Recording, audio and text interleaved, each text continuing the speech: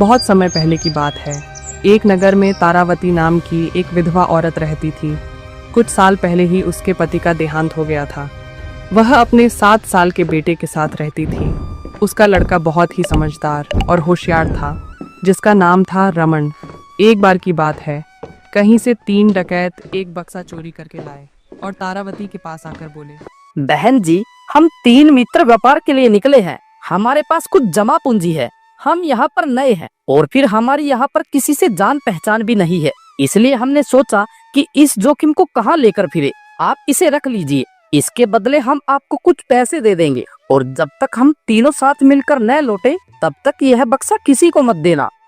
तारावती ने सोचा, एक ही तो बक्सा रखना है, इसके बदले मुझे पैसे भी मिल रहे हैं। इससे अच्छा और क्या हो सकता है? कुछ दिन तो घर का काम चलेगा। ठीक है भाई, मुझे लगता है आपका सामान बहुत कीमती है, इसलिए जल्दी से लेकर जाना। यहाँ चोर लुटेरे बहुत घूमते हैं, कहीं उनको पता लग जाए तो यह बक्सा उठा ले जाए।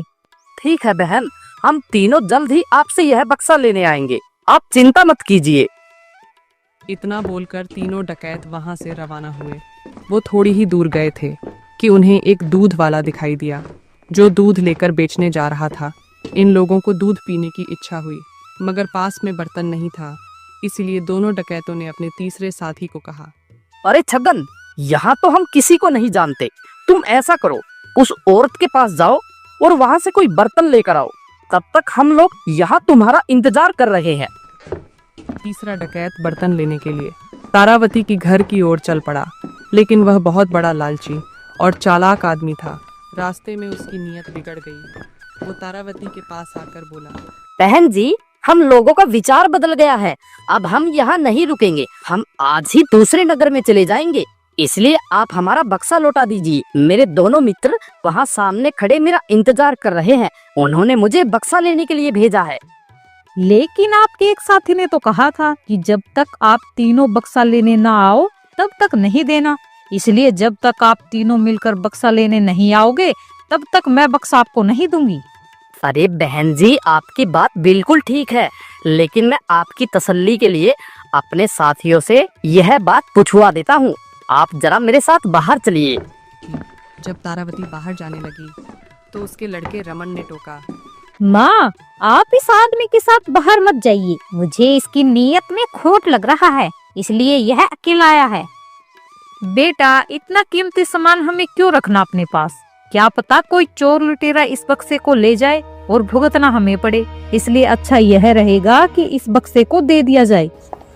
तारावती ने बाहर आकर उसके साथियों की तरफ देखा तो दोनों खड़े हैं। उसने बात पक्की करने के लिए उनको इशारे से पूछा, इसको दे दूं? अरे लगता है वह औरत पूछ रही है कि इसको बर्तन दे दूं। दोनों ने दूर से ही कह दिया, हाँ हाँ हाँ, उसको दे दो। तारावती अंदर आई और वो बक्सा निकालकर तीसरे डकैत को दे दिया।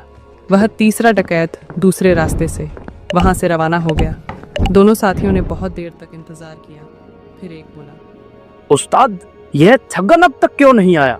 कहीं अकेला माल लेकर तो फरार नहीं हो गया? अरे मूर्ख, तू कैसी बातें करता है? मैंने उस औरत को कहा था कि जब तक हम तीनों मिलकर ना आए तब तक किसी को बक्सा मत देना। उस्ताद, एक बार चलकर देख तो लो, आखिर क्या बात है? छगन अभी तक क्यों नहीं आया? वह दोनों विचार करने के बाद तारावती के घर पहुंचे। बहन, हमारा एक साथी दूध के लिए बर्तन लेने आया था, वो कहाँ गया? अरे कौन सा दूध, कौन सा बर्तन? उसने तो कहा था आप दोनों वह बक्सा मंगवा रहे हैं और आप लोग वहाँ उसका इंतजार कर रहे हैं। और फिर मैंने आपसे वह बक्सा देने के लिए पूछा था तो आप लोगों ने बोला भी तो था वह बक्सा उसको दे दो। इसलिए मैंने वह बक्सा तुम्हारे साथी को दे दिया। क्या वह अभी तक आपके पास नहीं पहुँचा? तुमने एक आदमी को बक्सा क्यों दे दिया, जबकि हमारी बात तो तीनों को साथ में देने की हुई थी? देखो भाई, जो बात थी वह मैंने आपको बता दी। ज्यादा से ज्यादा आप वह पैसे रख लीजिए जो जाते समय आप मुझे देकर गए थे। लेकिन उन दोनों डकैतों ने तारावती की कोई बात नहीं मानी और बात इतनी बढ़ गई कि राज दरबार तक जा पहुंची। दुहाई हो महाराज, दुहाई हो। मेरा नाम जग्गू है। हम 2 आदमी इस परदेश में नए हैं। हम व्यापार करने के लिए 3 लोग यहाँ पर आए थे। हमारे पास कुछ जमा पूंजी थी जो हमने इस औरत के पास रख दी थी, और शर्त यह थी कि जब तक हम तीनों लौट कर ना आए तब तक वह जमा पूंजी किसी को ना दे। लेकिन इस औरत ने हमारे सारे पैसे एक ही आदमी को दे दिए। अब आप इसका फैसला कीजिए महाराज। राजा ने तारावती से पूछा, क्यों? क्या इन लोगों ने तुझे कोई बक्सा दिया था और ऐसा कहा था कि जब तीनों मिलकर आए तब लौटाना? जी महाराज, कहा था। तो फिर तुमने एक ही आदमी को बक्सा क्यों दे दिया? अब इन दोनों को भी अपना अपना हिस्सा मिलना चाहिए। अब तुम्हें अपनी जमीन जायदाद, गाय भैंस जो कुछ भी हो वह बेचकर इन लोगों को हिस्सा चुकाना पड़ेगा। यह हमारा आदेश है। इतना सुनकर तारावती रोने लगी। वो विधवा थी और घर में छोटा लड़का था। कमाने वाला कोई था नहीं। अगर संपत्ति नीलाम हो जाएगी तो गुजारा कैसे होगा। अपने भाग्य को रोती पीटती घर जा रही थी कि रास्ते में उसे अपने बेटे रमन को आते देखा। रमन ने अपनी माँ को रोते हुए देखा तो उसे रहा नहीं गया और वह पूछने लगा, माँ, क्या हुआ? अब क्यों रो रही हो? तारावती ने रमन को सारा किस्सा सुनाया। क्या करूं बेटा, मेरी तकदीर ही ऐसी फूटी। न ही मैं उनका बक्सा लेती और न ही हमारे साथ ऐसा होता। माँ, मैंने तो आपसे पहले ही कहा था कि मुझे ये लोग ठीक नहीं लग रहे, लेकिन आप चिंता मत कीजिए, ये सब आपके तकदीर का कसूर नहीं है, उस राजा की खोपड़ी का कसूर है। संयोग से राजा भेस बदलकर वहीं से गुजर रहा था। उसने माँ बेटे की बात सुन ली। वो उनके पास आकर पूछने लगा, क्या बात है बेटा, तुम लोग कुछ परेशान दिखाई दे रहे हो और ये औरत रो क्यों रही है? अरे चाचा जी, बात यह है कि अपने नगर का राजा है, जबकि मैं उन्हें नहीं जानता हूँ। उन्हें न्याय करना नहीं आता। मेरी माताजी के मामले में उन्हें गलत फैसला सुना दिया। उस छोटे से बच्चे की बात सुनकर राजा आश्चर्यचकित रह गया और बोला, अगर तुम राजा की जगह होते तो कैसा न्याय करते? अगर राजा को न्याय करवाने की गरज होगी तो मुझे दरबार में बुलाएंगे, फिर मैं न्याय करूँगा। दूसरे दिन राजा ने रमन को बुलाया। तारावती और दोनों डकैतों को भी बुलाया गया। राजा ने पूरा मामला रमन को सौंप दिया। रमन ने मुकदमा चलाते हुए पहले तारावती से पूछा, क्या माताजी, इन तीनों सज्जनों ने आपको बक्सा संभालने के लिए दिया था? हाँ। माताजी, क्या इन तीनों ने यह बात कही थी कि हम तीनों मिलकर बक्सा लेने आए तभी उनको देना? हाँ, कहा था। रमन अब दोनों डकैतों की ओर मुड़कर बोला, अरे फिर तो कोई झगड़े की बात ही नहीं। आपने ऐसे ही कहा था ना कि जब हम तीनों मिलकर आए तब भी हमें बक्सा लौटा देना। जी बिल्कुल ठीक बात है। ऐसे ही हमने इस औरत से तय किया था कि जब हम तीनों मिलकर आए तभी बक्सा लौटाना है। ये है माताजी, तो अभी भी आपको आपका बक्सा लौटाने को तैयार है, मगर आप ही अपनी शर्त मानने से इनकार कर रहे हो। मगर वो कैसे? आप तीनों साथी मिलकर आओ, अभी आपको आपकी अमानत दिलवा देता हूँ। आप तो 2 ही हो, आपका तीसरा साथी कहाँ है? उसे बुला कर लाओ। जब तीनों साथ में आओगे तभी आपका बक्सा मिलेगा। आप बेवजह माताजी को परेशान कर रहे हो। इतना सुनकर दोनों डकैत वहां से रवाना हो गए। सारी सभा दंग रह गई। सच्चा न्याय तोलने वाले प्रतिभा बालक की चतुराई देखकर राजा भी बड़ा प्रभावित हुआ। बहुत समय पहले की बात है। एक गांव में राजपाल नाम का एक आदमी रहता था, जिसके 3 बेटे थे। 2 बड़े बेटे उसकी पहली पत्नी से थे और छोटा बेटा जिसका नाम दीवान था, वो उसकी दूसरी पत्नी से। दीवान बहुत ही समझदार और बुद्धिमान था, परंतु उसके भाई उसे बचपन से ही प्यार नहीं करते थे। पिता की मृत्यु के बाद बड़े भाइयों ने सारी जमा पूंजी आपस में बांट ली और छोटे भाई को केवल एक पुराना घर और 2 बकरी ही दी और कहा, गाय जब बर्फ के छेद में पानी पीती है तो बछड़ा बर्फ चाटता रहता है।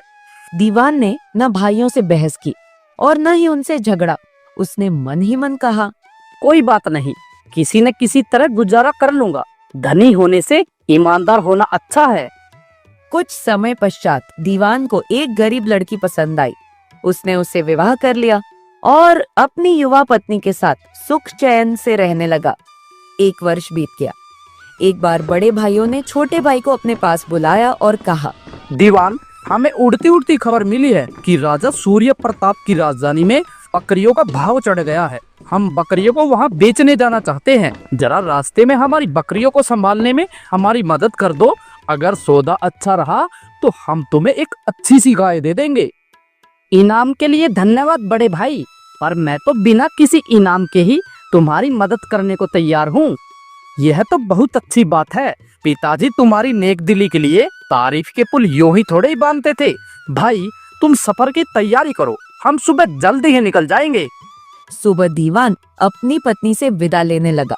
अच्छा प्रिय, मैं चलता हूँ, काम खत्म करके जल्दी ही लौटूंगा। प्रिय, तुम्हारी यात्रा सफल रही। जब लौट कर आओगे तो तुम्हारा बेटा यानी अपनी पहली संतान पालने में तुम्हारा इंतजार कर रहा होगा।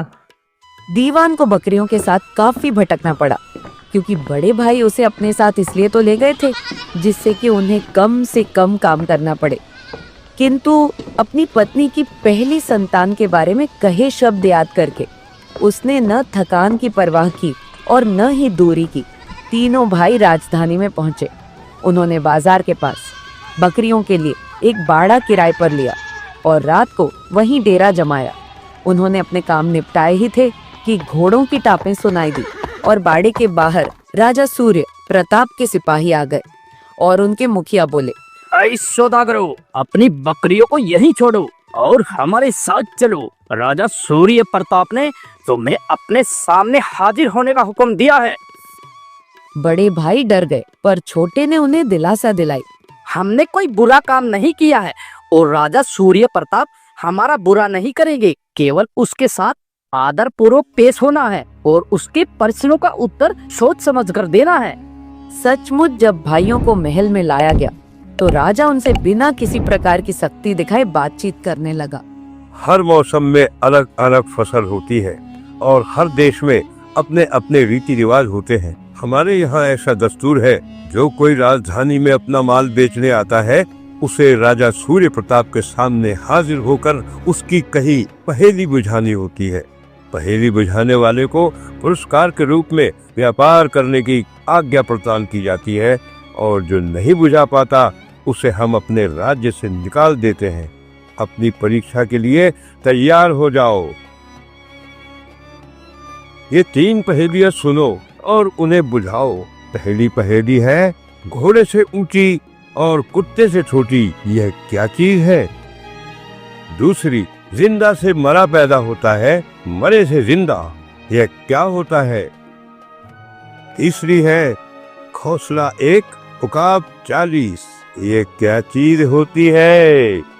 जब तक बड़े भाई माथे पर बल डाले आंखें झपकाते रहे, छोटा भाई आगे निकला और बोला, महाराज आपकी आज्ञा हो तो बोलूं, मैं तीनों पहेलियां बुझा चुका हूँ।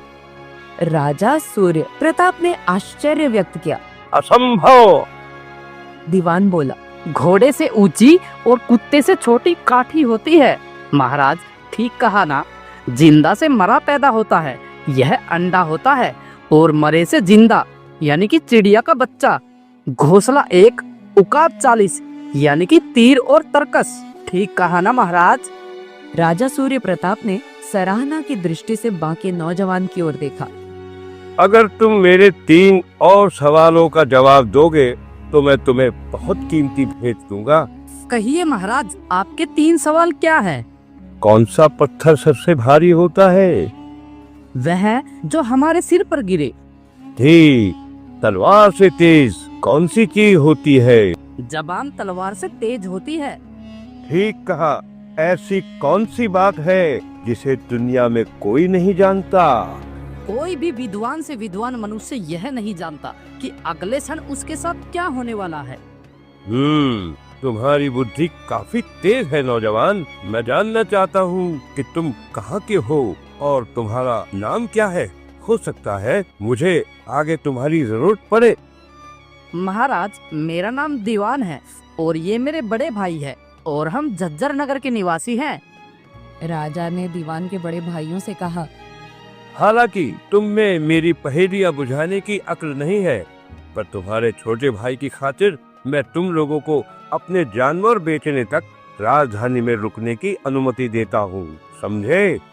राजा सूर्य प्रताप ने अपने बड़े वजीर को दीवान को फौरन अशर्फियों की थैली देने को कहा। भाइयों ने राजा सूर्य प्रताप को धन्यवाद दिया और वहाँ से रवाना हुए। अगले दिन तीनों भाइयों ने थोड़े से समय में बकरियों को भारी नफे में बेच दिया और वहां से चल दिए। थोड़ी दूर जाने पर बड़े भाई आमदनी का बंटवारा करने लगे तो छोटा भाई बोला, भाइयों ऐसा करते हैं, जो सोना मुझे राजा सूर्य प्रताप ने दिया था उसमें से कुछ मैं आपको दे देता हूँ, जिससे हम तीनों के पास बराबर बराबर सोना हो जाएगा। बड़े भाइयों ने बिना झिझक के उसकी अशर्फियां ले ली, किंतु दीवान की उदारता से उनके लालच की आग बुझी नहीं बल्कि और बढ़ गई। अब उन्हें राजा सूर्य प्रताप की थैली में रखी सारी अशर्फियां हड़पने की इच्छा होने लगी। वे जानबूझकर रास्ते में पीछे रहकर साजिश करने लगे। चलो दीवान को जान से मार देते हैं, लोगों से कहेंगे कि रास्ते में उसे सांप ने काट लिया, गवाह कोई है नहीं, कौन हमारा पर्दाफाश करेगा। और वे छुरे निकालकर दीवान की तरह चलने लगे। दीवान ने जब उन्हें नंगे छुरे लिए आते देखा तो वह उन लालचियों को उस पर दया करने के लिए मनाने लगा। भाइयों आप मेरा खून बहाकर क्या करेंगे, मेरा सारा धन ले लीजिए पर मेरी जान बख्श दीजिए, भगवान के लिए मेरा घर मत उजाड़िए। वाह रे वाह, हम तुझ पर दया करेंगे तो तू राजा सूर्य प्रताप के पास जाकर हमारा पर्दाफाश कर देगा। राजा सूर्य प्रताप हमें तेरी शिकायत पर मौत की सजा सुना देंगे और तुझे हमारी सारी संपत्ति मिल जाएगी।